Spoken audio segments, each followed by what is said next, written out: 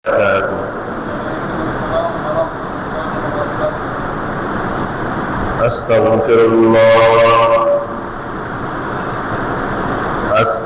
الله ربي من كل ذنب وأتوب إليه. لا حول ولا قوة إلا بالله العلي العظيم. الحمد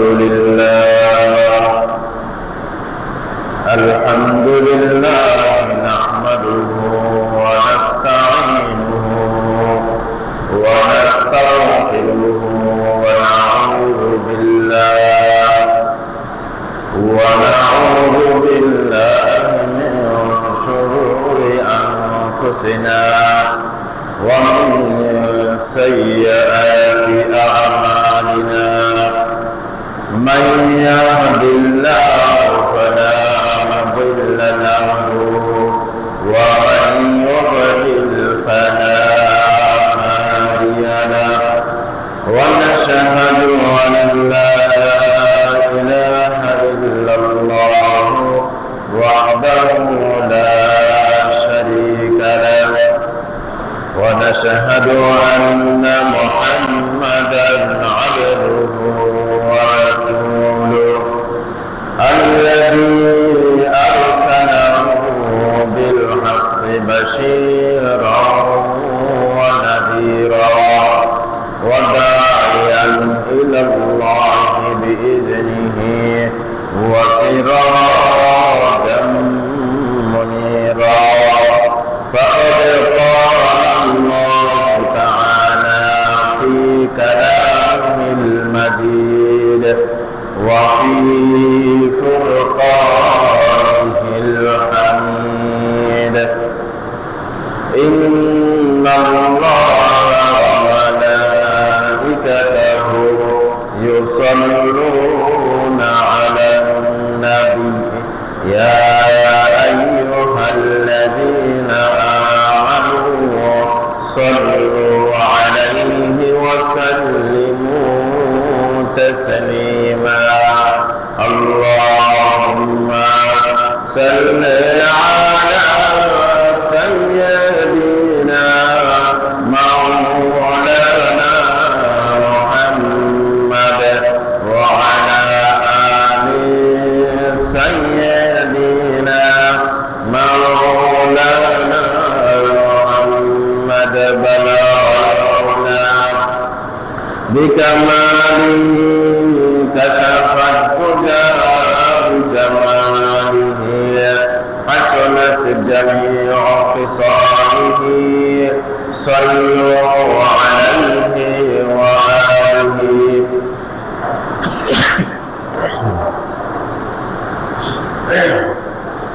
আলহামদুলিল্লাহ, আমরা মহান আল্লাহ তাআলার দরবারে লাখ কোটি শুকরিয়া আদায় করি যে মহান আল্লাহ তাআলা আমাদেরকে পবিত্র দিনগুলোর একটি জুমাবার, এক ঐতিহাসিক জুমাতে গুরুত্বপূর্ণ সময়ে আল্লাহর ডাকে সাড়া দিয়ে আল্লাহর ঘর মসজিদে আসা, বসা,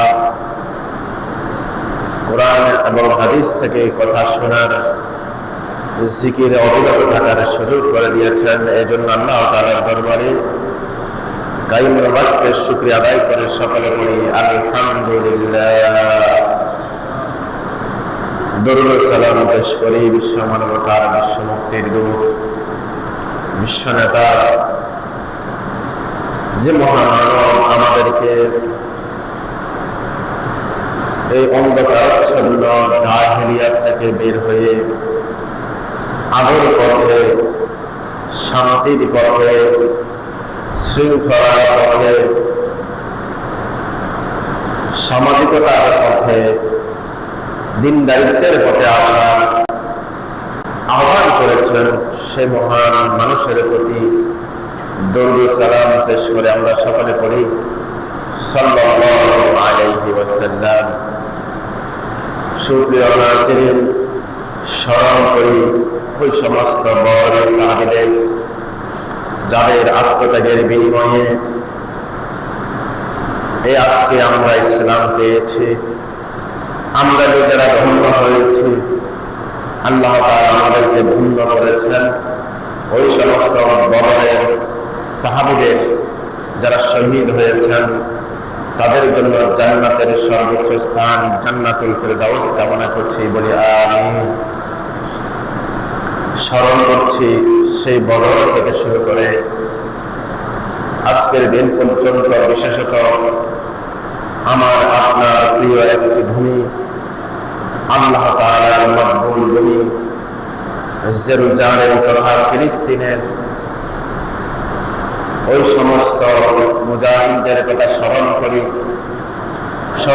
ওই সমস্ত নিরপরাধ মানুষের যাদের কোনো অপরাধ ছাড়া আল্লাহর এই জমিনে নিজেদের জীবনকে বোমার বিস্ফোরণে আত্মত্যাগ করতে হয়েছে। ওই সমস্ত মানুষদের পরিবারের জন্য আমরা এখান থেকে দোয়া করি, যারা আহত হয়েছেন তাদের জন্য আল্লাহর কাছে সুস্থতার নিয়ামত কামনা করি, যারা শহীদ হয়েছেন তাদের জন্য জান্নাতের সর্বোচ্চ স্থান জান্নাতুল ফিরদাউস কামনা করছি। অন্তর থেকে বলি সবাই আমিন। শুকরিয়া।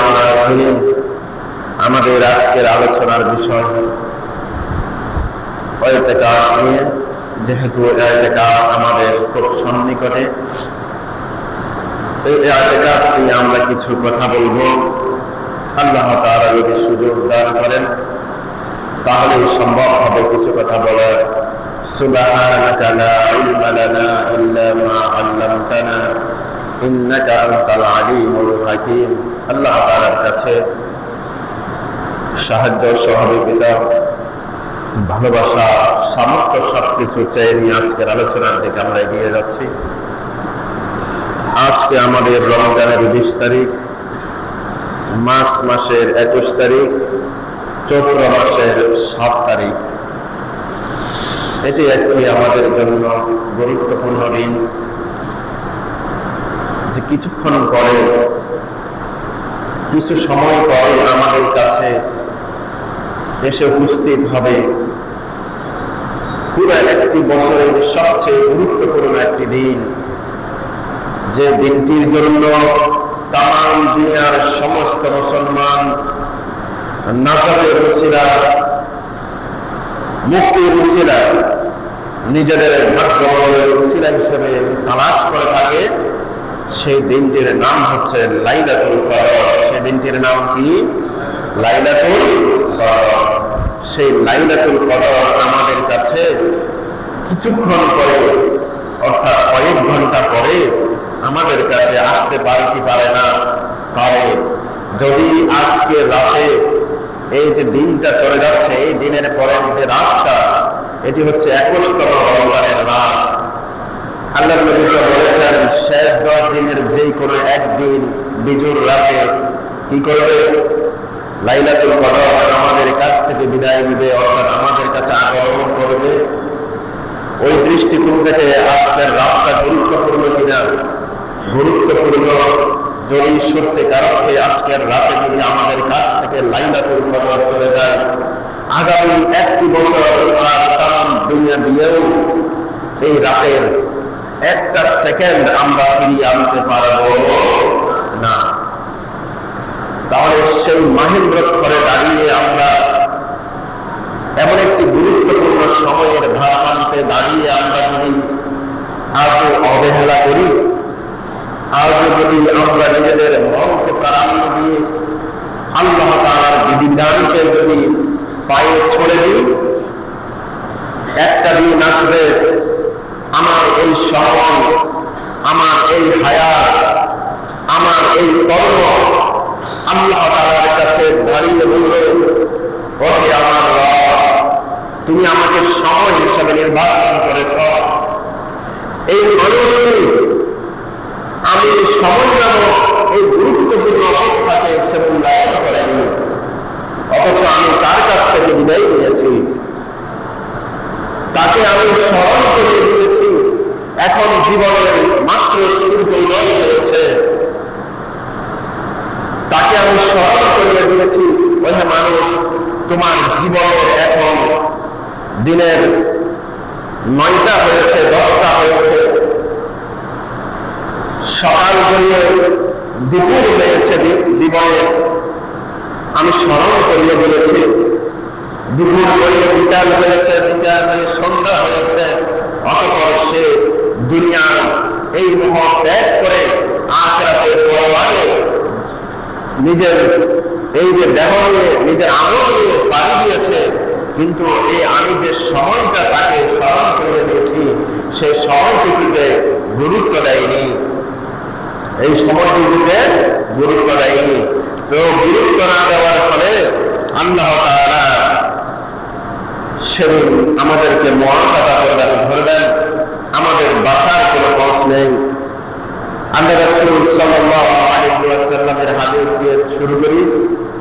আল্লাহ রাসূল সাল্লাল্লাহু আলাইহি ওয়াসাল্লাম এই রমজানের যখন শেষ দশক আসতো, আল্লাহ রাসূল কি কাজ করতেন? হযরত আয়েশা রাদিয়াল্লাহু তাআলা আমাকে বর্ণিত তিনি বলেন, كان رسول الله صلى الله عليه وسلم إذا دخل العشر أحيا الليل وأيقظ أهله وجد وشد المئزر। একটি গুরুত্বপূর্ণ হাদিস আপনাদের সামনে এখন তেলাওয়াত করেছি। হযরত আয়েশা রাদিয়াল্লাহু তাআলা আনহা বলছেন, ইযা দাখালাল আশরু, যখন রমজানের শেষ 10 দিনের এই সময়টা আসতো, রমজান 20 গড়িয়ে যখন একসাথে পদার্পণ করা শুরু হতো, আখিয়াল লাইলা, নবী করিম সাল্লাল্লাহু আলাইহি ওয়াসাল্লাম রাত জাগরণ করতেন। রাত কি করতেন? জাগরণ করতেন, রাত জেগে জেগে থাকতেন। ওয়াইকাযা আহলাহু, আল্লাহ রাসূল তার পরিবারের সদস্যদেরকে জাগ্রত করতেন, জাগিয়ে দিতেন। ওয়াজাদা, চেষ্টা প্রচেষ্টা চালিয়ে যেতেন, লিল আমাল, আমলের জন্য, ওয়ালিল ইস্তিগফার, ইস্তিগফারের জন্য, ওয়ালি যিকরিল্লাহ, আল্লাহর জিকিরের জন্য। নিজের পরিবারকে আইকাযা রাসূল সাল্লাল্লাহু আলাইহি ওয়াসাল্লাম আহলাহু, আল্লাহর নবী করিম সাল্লাল্লাহু আলাইহি ওয়াসাল্লাম পরিবারকে ঘুম থেকে জাগ্রত করে দিতেন। যেমন আমার পরিবারের সদস্যরা, রমজানের শেষ দশক চলে এসেছে, এখন আর ঘুমানোর সময় নেই। ওয়াজাদা, আল্লাহ রাসূল সাল্লাল্লাহু আলাইহি ওয়াসাল্লাম চেষ্টা শুরু করতেন, লিল আমালি ওয়ালিল ইস্তিগফারি ওয়ালিল যিকরিল্লাহ দাইমান।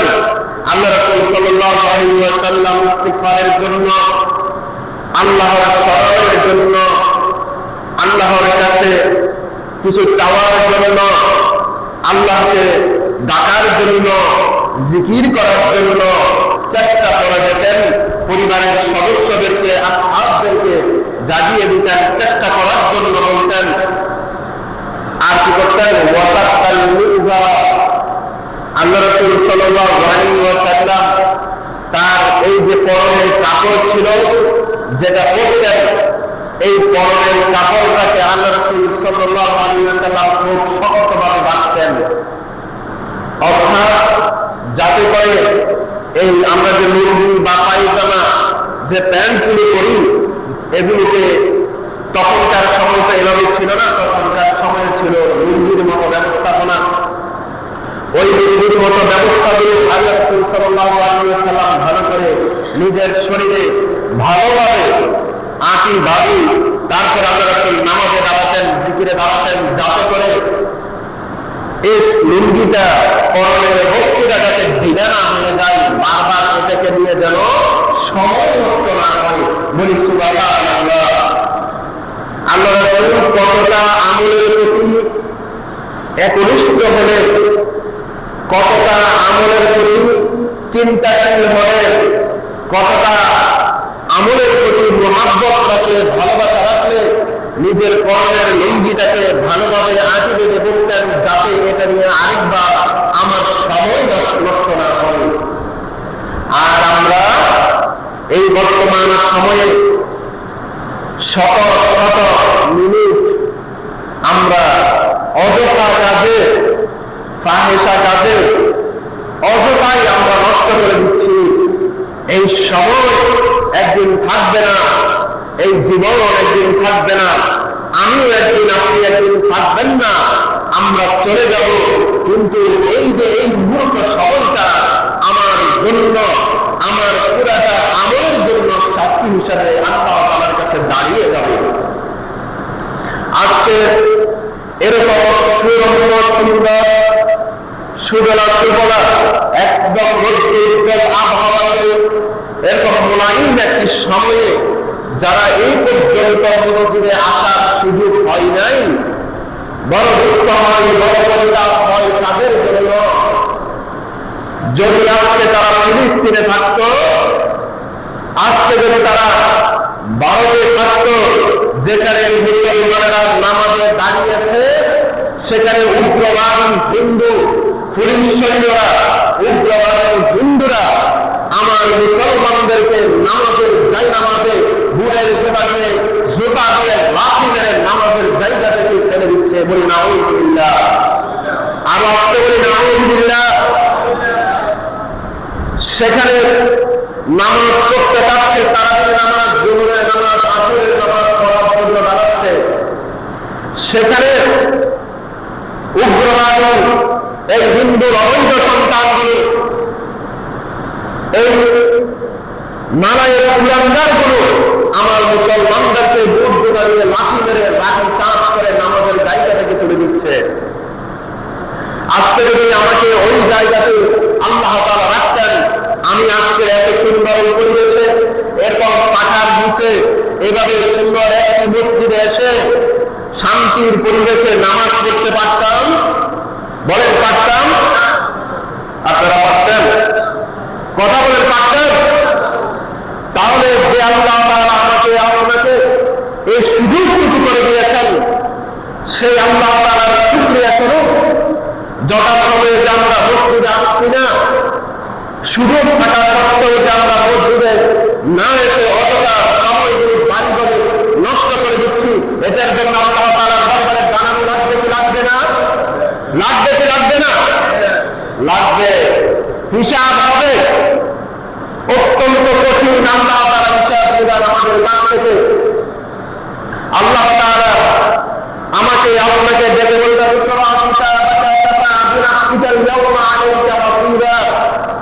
তোমার কিতাব, তুমি যে সময় নষ্ট করেছ, তুমি যে নামাজের প্রতি অবহেলা করেছ, তুমি যে রোজার প্রতি অবহেলা করেছ, জিকিরের প্রতি, আমলের প্রতি অবহেলা করেছ, বান্দা আজকে তোমার হিসাবের জন্য তুমি নিজে দাঁড়াও, তোমার অঙ্কগুলো তুমি হিসাব করে নাও, যোগ বিয়োগগুলো করে নাও, যোগের কত পাও আর পরে মাইনাসের অঙ্কগুলো হিসাব করে সেটার সাথে প্রমাণ করো কতটা তোমার অঙ্ক মাইনাসে আছে। এই যে আল্লাহ তাআলা যদি আজকে আমাকে আপনাকে ফিলিস্তিনে রাখতেন, আল্লাহ তাআলা যদি আজকে আমাকে গাজাতে রাখতেন, যেখানে বোমার বৃষ্টি হচ্ছে, সেখানে থাকলে পরে নিজের জীবন নিয়ে যেখানে সংখ্যা, সেখানে এইভাবে মসজিদে সুন্দরভাবে এসে বসা আমাদের কারো তৌফিক হতো না। তাহলে আল্লাহ তাআলা যেখানে আমাকে আপনাকে এত সুন্দর শৃঙ্খল ভাবে একটা সুন্দর সময় উপহার দিয়েছেন, সেই সময়টাকে কাজে না লাগিয়ে আজকে যে আমরা অনর্থক নিজেদের সময়গুলিকে, নিজেদের জীবনগুলিকে নষ্ট করে দিচ্ছি, এটার জন্য আমরা আল্লাহর কাছে হিসাব দিতে হবে। এটার জন্য হিসাব আল্লাহ তাআলার কাছে দিতে হবে। আল্লাহ তাআলা বলেছেন সূরা আসরে, ইয়া আইয়ুহাল্লাযীনা আমানু তাকুল্লাহ, যে সমস্ত মানুষগুলো তোমরা ঈমান এনেছ, ওয়াত্তাকুল্লাহ, আল্লাহ তাআলাকে ভয় করো। কেন? ইয়া আইয়ুহাল্লাযীনা আমানু, আয়াতটা সম্ভবত আমার স্মরণ আসতেছে না। ইয়া আইয়ুহাল্লাযীনা আমানু তাকুল্লাহ ওয়াল তানজুর নাফসুম মা কদ্দামাত লিগাদিন ওয়াত্তাকুল্লাহ।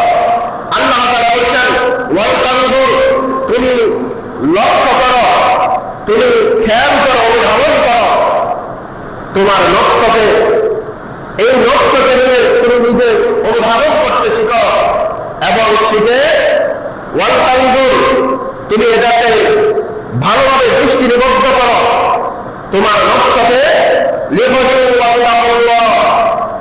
এবং আগামীকালকের জন্য কিছু তুমি প্রেরণ করো আল্লাহ তাআলাকে ভয় করে, যাতে তোমার আজকের কিছু কাটানোর ফলে আল্লাহ তাআলা তোমাকে কিছু না কিছু সেদিন হাসরের ময়দানে দিতে পারেন।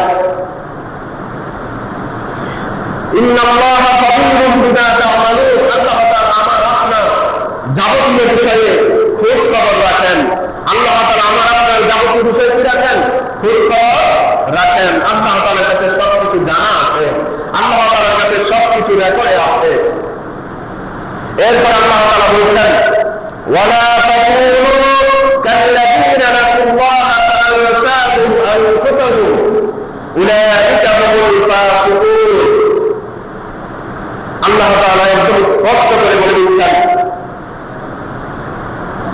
ওহে মানুষ, ওয়ালা তাকুনু, তোমরা হবে না, তোমরা হবে না কাল্লাযীনা নাসুল্লাহা আনফুসাহুম, যে সমস্ত মানুষগুলো নিজেদের নফসকে আত্মবলাতে ভুলে আছে, যে সমস্ত মানুষগুলো নিজেদেরকে ভুলে গেছে, ওই সমস্ত মানুষগুলির মতো হয় না। ফলে কি হবে? অতঃপর আল্লাহ তাদেরকে আত্মবলা করে রাখবেন। যারা ওয়ালা তাকুনু কাল্লাযীনা নাসুল্লাহ, যে সমস্ত মানুষগুলো আল্লাহ তাআলাকে ভুলে গিয়েছে, যে সমস্ত মানুষ আল্লাহর বিধিবিধানগুলোকে ভুলে গিয়েছে, ওই সমস্ত মানুষকে আল্লাহ তাআলা আত্মবলা করে রাখেন। আর এই মানুষগুলা উলাইকা হুমুল ফাসিকুন, এই সমস্ত মানুষগুলো হচ্ছে ফাসিক, ঈমান থেকে নিজেদেরকে দূরে রেখেছে, ভালো আমল থেকে নিজেদেরকে দূরে রেখেছে। এরপর আল্লাহ তাআলা বলছেন লা ইয়াস্তাউই আসহাবুন নার ওয়া আসহাবুল জান্নাহ, আসহাবুল জান্নাতি হুমুল ফাইজুন। লা ইয়াস্তাউই, কখনো সমান হতে পারে না আসহাবুল জান্নাহ, জান্নাতের অধিবাসী, ওয়া আসহাবুন নার, জাহান্নামের অধিবাসী, এরা কখনো সমান হতে পারে? আসহাবুল জান্নাতি হুমুল ফাইজুন, যে সমস্ত মানুষগুলো জান্নাতি তারা হচ্ছে সফলকাম। সেই সফলকাম মানুষের ভিতরে আমরা যাতে অন্তর্ভুক্ত হতে পারি, আল্লাহ তাআলা এজন্য আমাদেরকে রমজানের শেষ বছরে একটা বোনাস দিয়েছেন। সেই বোনাসটুকু যদি আমরা কাজে লাগাতে না পারি, আমাদের জীবনটুকু নষ্ট হয়ে যাবে, আমাদের আমলগুলো বরবাদ হয়ে যাবে, আমরা নিজেরা ক্ষতিগ্রস্ত মানুষের মধ্যে শামিল হয়ে যাব। আল্লাহ রাসূল সাল্লাল্লাহু আলাইহি ওয়াসাল্লাম এই রমজানের শেষ দশকে ইতিকাফ করতেন। এই ইতিকাফ কেন? এই ইতিকাফ হচ্ছে এই মানুষে যে আল্লাহ তাআলা আমার গুনাহগুলোকে ক্ষমা করে দিবেন, আল্লাহ তাআলা আমাকে নেক বান্দাদের মধ্যে শামিল করে দিবেন, আল্লাহ তাআলা আমাকে একজন খাঁটি মুমিন হিসেবে, ইমানদার মানুষ হিসেবে গ্রহণ করে নিবেন। আজকে আল্লাহ রাসূল সাল্লাল্লাহু আলাইহি ওয়াসাল্লামের হাদিসগুলো যদি আমরা খেয়াল করে দেখি, তাহলে দেখবো আমরা বাস্তব জায়গা থেকে আল্লাহ রাসূল সাল্লাল্লাহু আলাইহি ওয়াসাল্লাম আমাদেরকে যে বিষয়গুলো অবতারণা করেছেন সেখান থেকে আমরা অনেক দূরে। হযরত আবু মুসা আল-আশআরী রাদিয়াল্লাহু তাআলা থেকে বর্ণিত, তিনি বলেন عن أبي موسى الأشعري رضي الله تعالى عنه عن النبي صلى الله عليه وسلم قال ইন্নাল্লাহা ইয়াবসুতু ইয়াদাহু বিল-লাইলি লিয়াতুবা মুসিয়াল নাহার ওয়া ইয়াবসুতু ইয়াদাহু বিন-নাহারি লিয়াতুবা মুসিয়াল লাইল হাত্তা তাতলুআ আশ-শামসু মিন মাগরিবিহা আও কামা ক্বালা আলাইহি সসালাতু ওয়াস সালাম। হযরত আবু মুসা আল-আশআরী রাদিয়াল্লাহু তাআলা আনহু বলেন, নবী করিম সাল্লাল্লাহু আলাইহি ওয়াসাল্লাম ইরশাদ করেছেন, ইন্নাল্লাহা নিশ্চয় আল্লাহ তাআলা ইয়াবসুতু প্রসারিত করেন কি ইয়াদাহু আল্লাহ তাআলার রহমতের, বরকতের, মাগফিরাতের, নাজাতের হাতকে আল্লাহ তাআলা প্রসারিত করেন বান্দার দিকে, বিন-নাহার বিল-লাইলি রাতে, লিয়াতুবা মুসিয়াল নাহার যে মানুষগুলো গত রাত্রিতে অপরাধ করেছে, গুনাহ করেছে, এই মানুষগুলোর গুনাহগুলোকে মোচন করে দেওয়ার জন্য, যে মানুষগুলো গত রাত্রে গুনাহ করেছে আল্লাহ তাআলা দিনে ওই মানুষগুলোর দিকে হাত বাড়িয়ে দিচ্ছেন আর বলছেন, তোমরা কারা আছো যে আমি গুনাহ মাফ করে দিব, আমার কাছ থেকে গুনাহ মাফটা চাচ্ছ, জান্নাত কারা চাচ্ছ, জাহান্নাম থেকে কারা পরিত্রাণ চাচ্ছ, আজকে আমি তোমাদেরকে তোমাদের এই বিষয়টি পূরণ করে দিব। এরপরে ওয়াদাহু, এরপর ওয়ায়াবসুতু ইয়াদাহু, এরপর আল্লাহ তাআলা আবার হাত বাড়িয়ে দেন কখন? বিন-নাহার দিনের মধ্যে, লিয়াতুবা মুসিয়াল লাইল যারা দিনের অপরাধ করেছে, যারা রাতের অপরাধ করেছে তাদের জন্য দিনে হাত বাড়িয়ে দেন। এরপর আল্লাহ তাআলা ওয়ায়াবসুতু ইয়াদাহু বিন-নাহারি, আর দিনে আল্লাহ তাআলা হাতকে বাড়িয়ে দেন লিয়াতুবা মুসিয়াল লাইল যারা রাতে গুনাহ করেছে। তাহলে এখানে দেখা যাচ্ছে যারা রাতে গুনাহ করেছে তাদের জন্য আল্লাহ তাআলা ক্ষমার হাত প্রশস্ত করে দেন দিনে, আর যারা দিনে গুনাহ করেছে তাদেরকে ক্ষমা করার জন্য আল্লাহ তাআলা তার হাতকে রাতে প্রশস্ত করে বান্দাকে রাখতে থাকেন। আব্বিল আব্বিল, হে মানুষ তোমরা আসো, আর ইস্তাগফির তোমরা কি করো? ক্ষমা প্রার্থনা করো, তাহলে আমি তোমাদেরকে ক্ষমা করে দিব। আল্লাহ তাআলা সেই ক্ষমার বার্তা নিয়ে আমাদেরকে এই রমজানের শেষ দশকে লাইলাতুল কদর দিয়েছেন, যাতে আমরা এই লাইলাতুল কদরকে সম্মান করে সেখানে আমাদের নিজেদের গুনাহগুলোকে মোচন করে নিতে পারি। বলি সুবহানাল্লাহ। আল্লাহ রাসূল সাল্লাল্লাহু আলাইহি ওয়াসাল্লাম আরো বলেন, قال رسول الله صلى الله عليه وسلم, নবী করিম সাল্লাল্লাহু আলাইহি ওয়াসাল্লাম বলেন, ইয়া আইয়ুহান নাস, ওহে মানুষ, তুবু ইলাল্লাহ, তোমরা আল্লাহর নিকট তাওবা করো, ফাইন্নী আতুবু ফিল ইয়াউমি ইলাইহি মিআতা মাররা, ফাইন্নী নিশ্চয় আমি আতুবু তাওবা করি, ফিল ইয়াউমি একদিনে, ইলাইহি আইলাল্লাহ সুবহানাহু ওয়া তাআলা মিআতা মাররা 100 বার, আমি প্রতিদিন আল্লাহ তাআলার নিকট দিনে কতবার? 100 বার আল্লাহ তাআলার কাছে কি করি? তাওবা করি। কাদেরকে বলছেন? ইয়া আইয়ুহান নাস, আল্লাহ রাসূল সাল্লাল্লাহু আলাইহি ওয়াসাল্লাম আমাদেরকে লক্ষ্য করে বলছেন, তুবু ইলাল্লাহ, তোমরা সকলে আল্লাহ তাআলার কাছে কি করো? তাওবা করো। এরপরে আল্লাহ রাসূল বলছেন, ফাইন্নী আতুবু ইলাইহি, আমি আল্লাহ তাআলার নিকট তাওবা করি, মিআতা মাররা লিকুল্লি ইয়াউম, প্রতিদিন 100 বার। ওয়ান ইবনে উমর রাদিয়াল্লাহু তাআলা, এই হাদিসের আরো একটি হাদিস এটার মতো হযরত আব্দুল্লাহ ইবনে উমর রাদিয়াল্লাহু তাআলা বর্ণনা করছেন। তিনি বলেন, ইন্না কুন্না লানাউদ্দু লিরাসূলিল্লাহি সাল্লাল্লাহু আলাইহি ওয়াসাল্লাম ফিল মাজলিসিল ওয়াহিদি মিআতা মাররা, রব্বি গফিরলি ওয়া তুব আলাইয়া ইন্নাকা আনতাত তাওয়াবুর রাহিম।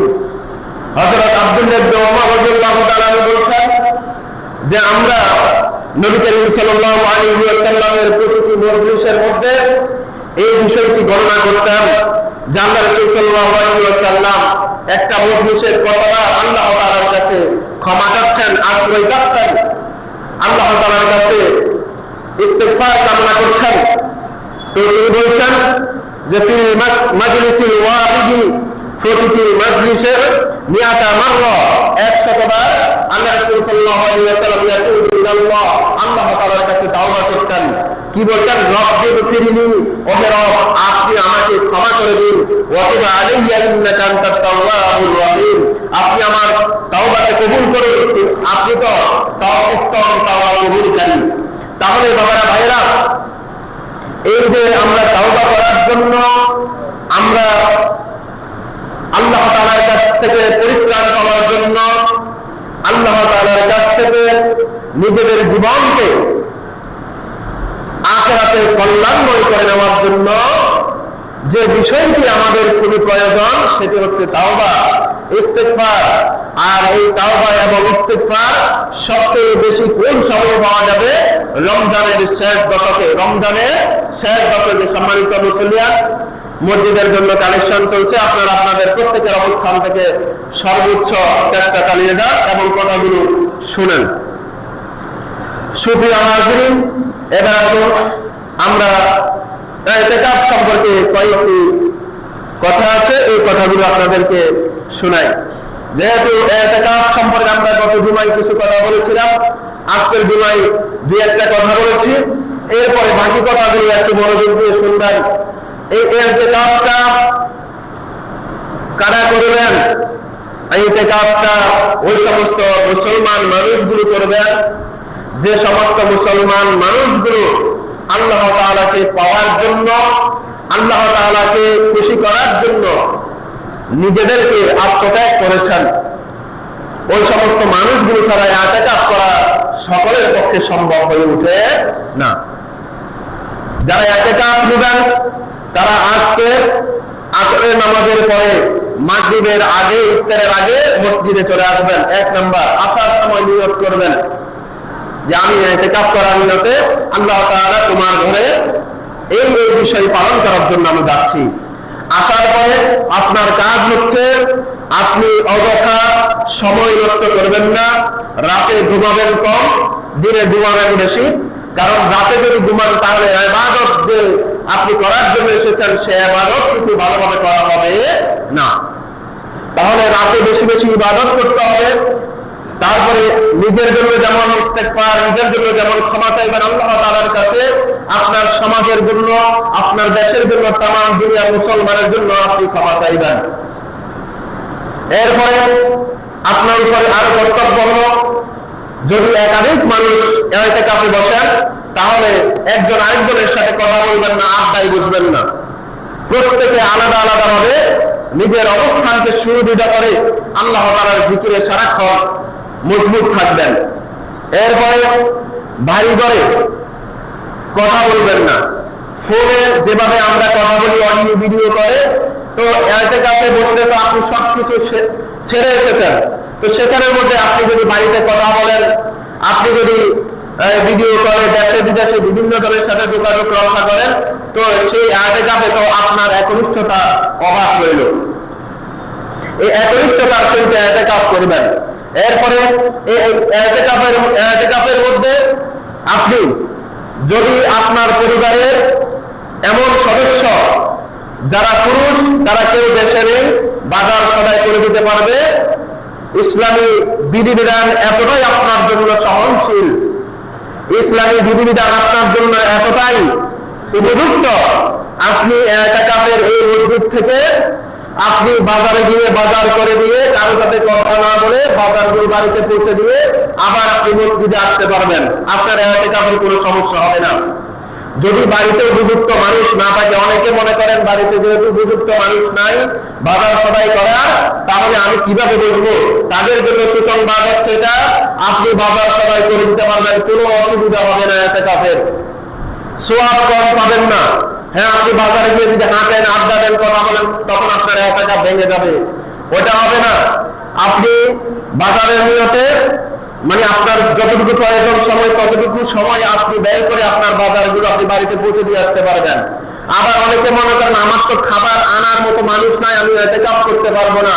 আপনার জন্য সুসংবাদ, আপনি নিজে ইতিকাফরত অবস্থায় মসজিদ থেকে দিয়ে বাড়িতে খাবার খেয়ে আসতে পারবেন বা বাড়ি থেকে নিয়ে আসতে পারবেন। কারোর সাথে দেখা করবেন না, কথা বলবেন না। যতটুকু প্রয়োজন ততটুকু ছাড়া, যতটুকু প্রয়োজন ততটুকু ছাড়া। আপনি বাড়িতে গিয়ে খাবার খেয়ে আসতে পারবেন বা বাড়িতে গিয়ে খাবার নিয়ে আসতে পারবেন। ইফতার বলেন, সেহরি বলেন, রাতের খাবার কেউ যেহেতু নাই আপনাকে ইসলামী বিধিবিধান এতটুকু পরিমাণ সুযোগ করে দিয়েছে, তবুও যেন আমরা ইতিকাফগুলোকে মিস না করি। এরপরে এটা যারা ইতিকাফের দিক, অনেকে ইতিকাফের সময় হঠাৎ অসুস্থ হয়ে যান, বিপদে পড়ে যান, রুগ্ন হয়ে যান। যদি অসুস্থ এমন পর্যায়ে হয় মেডিকেলে নেওয়া প্রয়োজন হয়, মেডিকেলে নেওয়া যাবে। যতক্ষণ পর্যন্ত মেডিকেলে থাকবেন ততক্ষণ পর্যন্ত। এরপর যদি সুস্থ হয়ে যান, অবস্থা যদি ভালো থাকে আপনার, তাহলে আপনি কোথায় আসতে পারবেন? তাহলে আপনি ওখান থেকে সুস্থ অবস্থায় এখানে ফিরে আসলে আপনার কোনো অসুবিধা হবে না। যদি একদিন দুদিন ওখানে মেডিকেলে থাকতে হয়, এরপরে সুস্থ হয়ে যান, আপনি বাকি সময় ইতিকাফটা পূরণ করে দিবেন। এরপরে যে একটা দুটা দিন আপনার কাছ থেকে ইতিকাফ ছুটে গেছে বা ছুটে যাচ্ছে, ওই একটা বা দুইটা দিন বা তিনটা দিন বা পাঁচটা দিন আপনি অন্য সময়ে, রমজানের পরবর্তীতে অন্য সময়ে রাতগুলো অবস্থান করবেন, দিনগুলোতে রোজা রাখবেন। রাতে অবস্থান করবেন, দিনগুলোতে রোজা রাখবেন। যদি 2 দিন হয় তাহলে 2টা দিনে রোজা রাখবেন, 2টা রাত অবস্থান করবেন। 3টা দিন হলে 3টা, 4টা দিন হলে 4টা, 5টা দিন হলে 5টা। আপনার ইতিকাফ হয়ে যাবে, পূর্ণ হয়ে যাবে। আপনার জন্য ইসলামী বিধিবিধান কোনো কঠিন কিছু করে নাই, সহজ করেছে। আমরা হয়তো জানি না বা আমরা হয়তো জানার কমজোরির কারণে, ভুলের কারণে আমরা ইতিকাফে বসি না। ইতিকাফে বসলে কি ফায়দা? ইতিকাফে যদি একনিষ্ঠতার সহিত বসেন আর যদি আল্লাহ তাআলাকে সন্তুষ্ট করতে পারেন, তাহলে আপনি নিজে একজন জান্নাতি মানুষ, তো আল্লাহ তাআলার কাছে পছন্দনীয় হলেন, আর আপনার কল্যাণে অনেকগুলো মানুষ নাজাতের উসিলা হয়ে যায়। বলি সুবহানাল্লাহ। একজন মানুষ যদি একটা মহল্লাতে ইতিকাফ করে আর তার ইতিকাফ যদি আল্লাহ তাআলা কবুল করেন, ওই মহল্লার সমস্ত মানুষকে মাফ করে দিলে আল্লাহ তাআলার কোনো কিছু অভাব হবে? আল্লাহ তাআলার কি ধনভাণ্ডারের অভাব হবে? হবে? হবে না। আল্লাহ তাআলা চাইলে সারা পৃথিবীর মানুষগুলোকে যদি ক্ষমা করে দেন, আল্লাহ তাআলার ধনভাণ্ডারে কোনো অভাব হবে? তাহলে আমরা ইতিকাফে যারা এখনো নিয়ত করতে পারি নাই বসার জন্য, আমরা এখনো সময় আছে। যে কথাগুলো বললাম, বাজার সদাইয়ের সমস্যা, ক্রয় বিক্রয়ের সমস্যা, ভাত আনা নেওয়ার সমস্যা, খাবার আনা নেওয়ার সমস্যা, সুস্থতা অসুস্থতার সমস্যা, সব কিছুর সমাধান যেহেতু বলেছি, তাহলে এই সমস্ত বিষয়গুলো মাথায় রেখে আপনাকে ইতিকাফ করা যদি সুযোগ থাকে তাহলে করে দিবেন ইতিকাফ। তাহলে আল্লাহ তাআলা একজন মকবুল বান্দার ভিতরে শামিল হওয়ার সবচেয়ে বড় সুযোগ থাকতেছে। এরপরে কেউ যদি ইতিকাফ না বসে, তাহলে ওই মহল্লার সমস্ত মানুষ যে মসজিদটাকে নামাজ পড়ে, যে মসজিদটাকে তাদের মহল্লার মানুষের নামাজের জন্য কি করেছে, নির্ধারণ করেছে, সবাই গুনাহগার হয়ে যাবে। সবাই কি হয়ে যাবেন? গুনাহগার হয়ে যাবেন। তাহলে দেখেন, যে সমস্ত মানুষগুলো ইতিকাফ করেন তাদের একটু খোঁজ খবর রাখবেন, তাদের ভালো মন্দ একটু দেখবেন, তাদেরকে তারা আমলগুলো যথাযথভাবে করতে পারছে কিনা, তারা সুস্থ আছে কিনা, তাদের কোনো কষ্ট হচ্ছে কিনা, খাবারের কষ্ট হচ্ছে কিনা, পানির কষ্ট হচ্ছে কিনা, তাদের উঠা বসার কষ্ট হচ্ছে কিনা, তাদের সাথে একটু সম্পর্ক রাখবেন, তাদের কাছ থেকে একটু দোয়া চাইবেন। তারা আপনাদের কাছ থেকে কিছু চাইবে না, কিন্তু আপনারা তাদের কাছ থেকে দোয়া চাওয়ার জন্য হলেও তাদের এই আমলের ক্ষেত্রে, তাদের উঠা বসার ক্ষেত্রে তাদের সহযোগিতা এমন ভাবে করবেন যাতে আপনি নিজে একজন ইতিকাফী হিসাবে তাদের সাথে শামিল হয়ে যেতে পারেন। আল্লাহ তাআলা যেন আমাদেরকে ওই সমস্ত ইতিকাফীদের, যাদের আল্লাহ তাআলা ইতিকাফকে কবুল করবেন, তাদের মধ্যে শামিল হওয়ার তৌফিক দান করেন। আমরা বলি আমিন। আরেকটি কথা বলেছিলাম, আমরা যারা এইভাবে শেষ 10 দিন ইতিকাফ করতে পারবো না, আমাদের জন্য কয়দিন সুযোগ আছে বলছিলাম? একটা দিন সুযোগ আছে, এক ওয়াক্ত নামাজের জন্য ইতিকাফের সুযোগ আছে।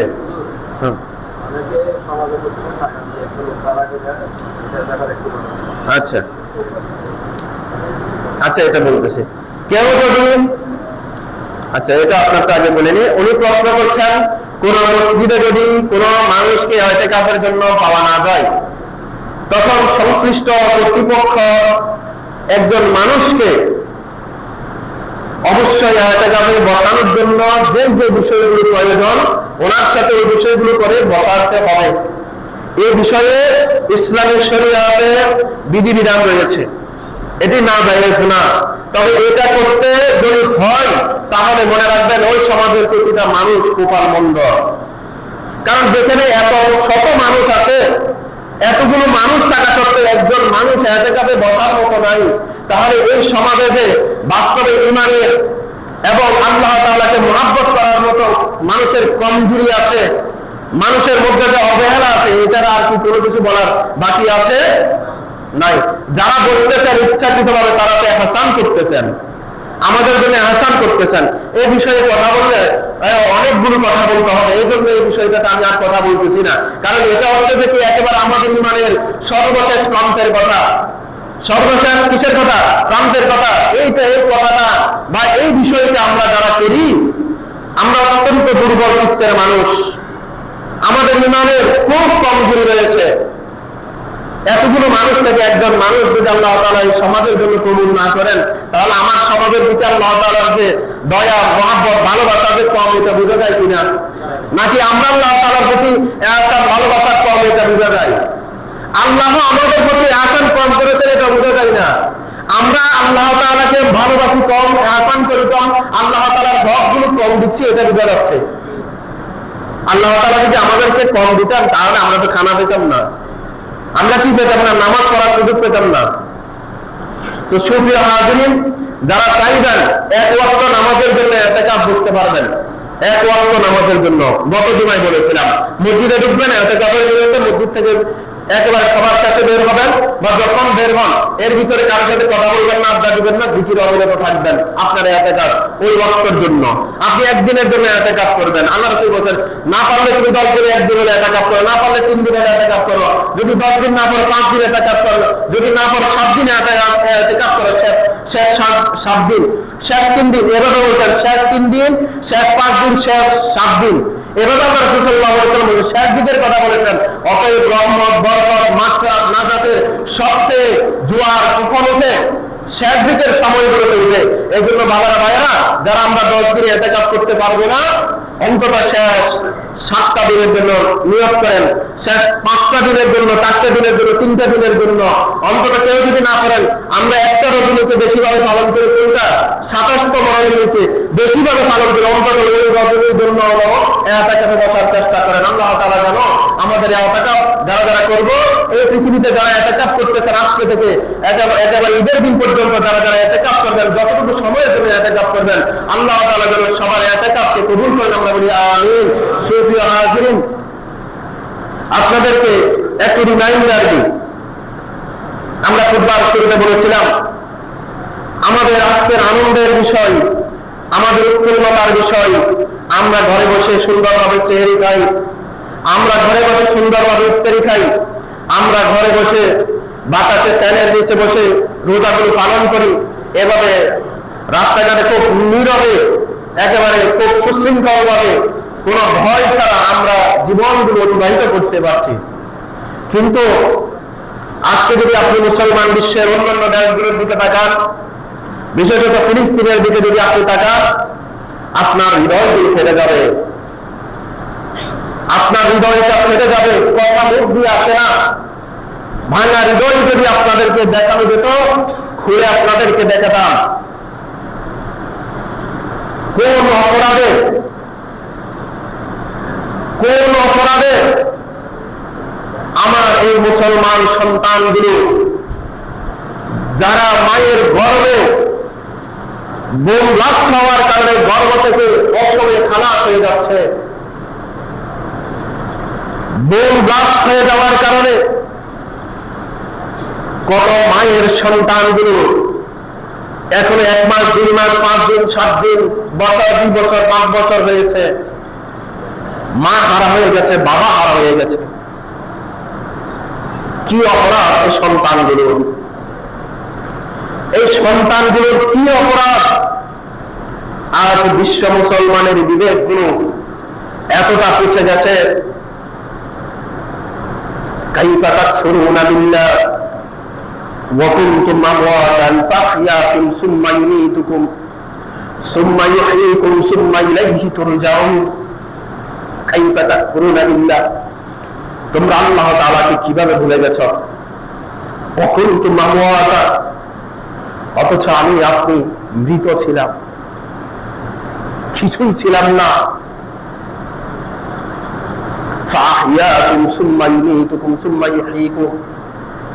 আল্লাহ তাআলা আমাদেরকে জীবন দিয়েছেন, কখনো মানুষ হিসাবে আল্লাহ তাআলা আমাদেরকে বানান, আমরা এটা চাই না। আল্লাহ তাআলা চাইলে আমাকে একটা পশু বানাতে পারতেন, একটা পশু বানিয়ে আমাকে রাখতে পারতেন। আমার এই রূপটাকে যদি একটা পশুর ভিতরে দিতেন, আমি তো পশু হতাম। কিভাবে বোঝাবো আপনাদেরকে? আল্লাহ তাআলা আমাকে মানুষ বানিয়েছেন, মানুষ বানিয়ে মুসলমানের ঘরে জন্ম দেওয়ার পরে কি হিংসা না বানা, আমার মুসলমান মারা যাচ্ছে, আমার মুসলমানকে বোমবাস করা হচ্ছে, আমার হৃদয়ের ভিতরে কোন ইমানের ত্যাগ ঢুকতে পারে? আমার হৃদয় একটু কাঁপে না, আমার হৃদয় একটু কথা বলে না। এই ইমান দিয়ে, নামাজ দিয়ে, রোজা দিয়ে আমার আপনার কি হবে আমাকে বলেন?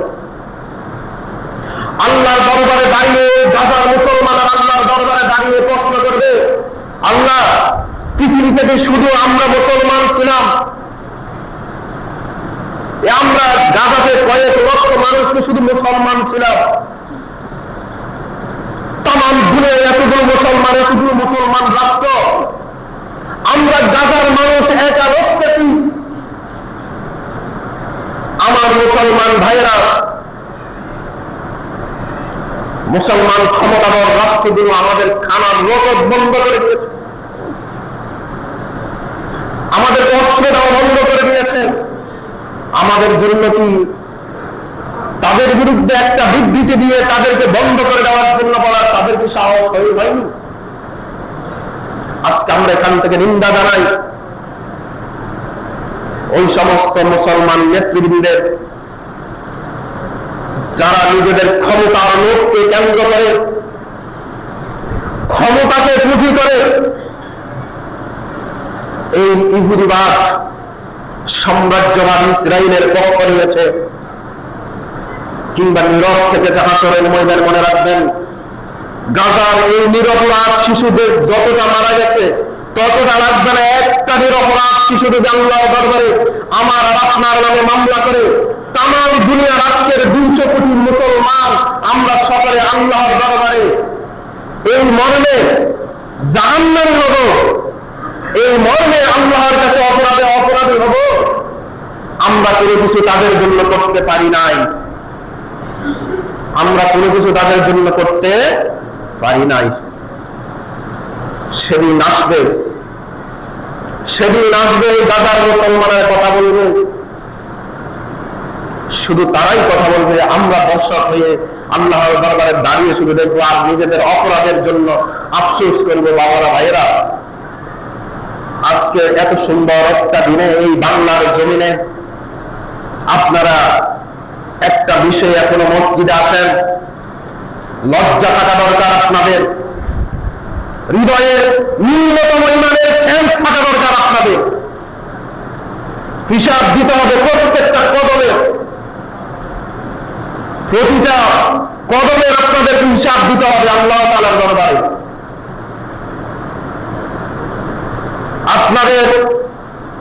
আপনাদেরকে আরেকবার বলে রাখি, আল্লাহ তাআলা কোরআনুল কারীমে বলছেন, এই জুমার আযান দেওয়ার পরে দুনিয়াবি কোনো কাজ নবীর মাধ্যমে আমাকে আপনাকে জানিয়ে দিয়েছেন, দুনিয়াবি কোনো কাজ আমার জন্য বৈধ নয়, আমার জন্য হারাম। দুনিয়াবি সমস্ত কাজ আমার জন্য, আপনার জন্য হারাম। খুতবা শোনা আপনার জন্য কর্তব্য। আপনি খুতবা শুনছেন না, আসতেছেন না, এমন সময় আসেন যে সময় খুতবা শেষ হয়ে যায়, নামাজ দাঁড়িয়ে যায়, দাঁড়িয়ে হিসাব দিতে হবে। আমার হিসাব আমাকে দিতে হবে। সেদিন আমার হিসাব কেউ দিবে না, সেদিন আমার হিসাব কেউ দিবে না, আমাকে দিতে হবে আমার হিসাব। এই রমজানের এরকম মহত্বপূর্ণ জুমাগুলোতে একটা 5 পর্যন্ত 2 কাতার মুসল্লি পাওয়া যায় নাই।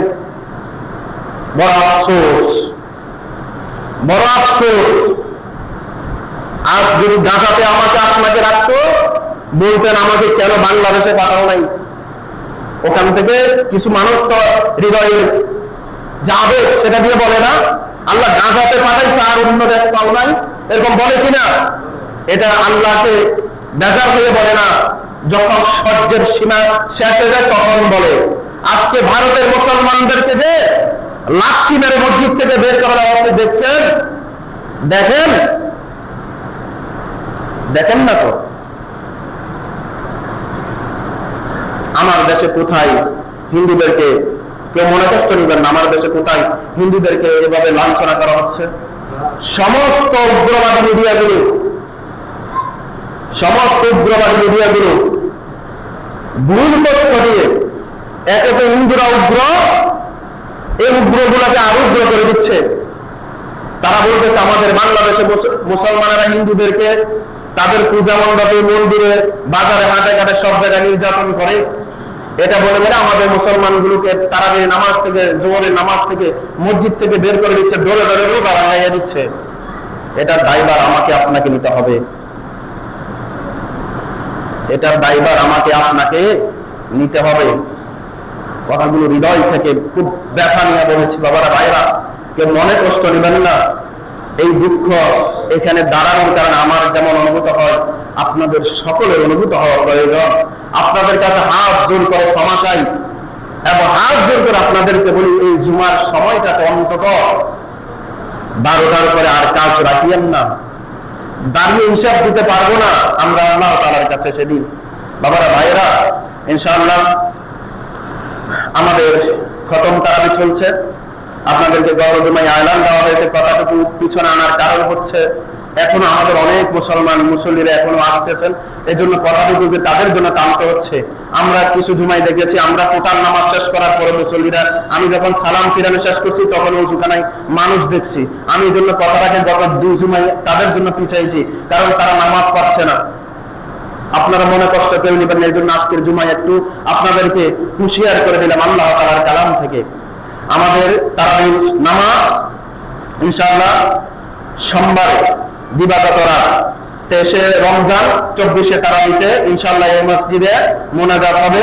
আপনাদের সকলের প্রতি দাওয়াত এবং আমাদের সম্মানিত হাফেজ সাহেবদের জন্য আপনারা আপনাদের প্রতিজনের পক্ষ থেকে, পরিবারের পক্ষ থেকে যে হাদিয়াটুকু প্রতি বছর দিয়ে থাকেন, সম্মানে দিয়ে থাকেন, আপনারা আপনাদের অবস্থান থেকে এবারও দিবেন ইনশাআল্লাহ। আমাদের সম্মানিত মুয়াজ্জিন হুজুর আছেন, আমি আছি, আমাদের সম্মানিত কর্তব্য মহোদয় হযরত মাওলানা নুরুল ইসলাম হুজুর আছেন, এছাড়া আমাদের কমিটির সদস্যবৃন্দ যারা বাজারে তুলতেছেন তাদেরকে আপনারা পৌঁছে দিলে ইনশাআল্লাহ আমাদের কাছে পৌঁছে যাবে। এবং সর্বশেষ আপনাদেরকে আমাদের হুজুরের পক্ষ থেকে সালাম। ইনশাআল্লাহ হুজুর খুব শীঘ্রই আমাদের কাছে আসতেছেন। আল্লাহ তাআলা হুজুরকে সহি সালামত উমরা শেষ করে আমাদের কাছ পর্যন্ত আসার তৌফিক দান করেন। আমিন। ওয়া আখিরু দাওয়ানা আলহামদুলিল্লাহি রাব্বিল আলামিন। আসসালামু আলাইকুম ওয়া রাহমাতুল্লাহি ওয়া বারাকাতুহু।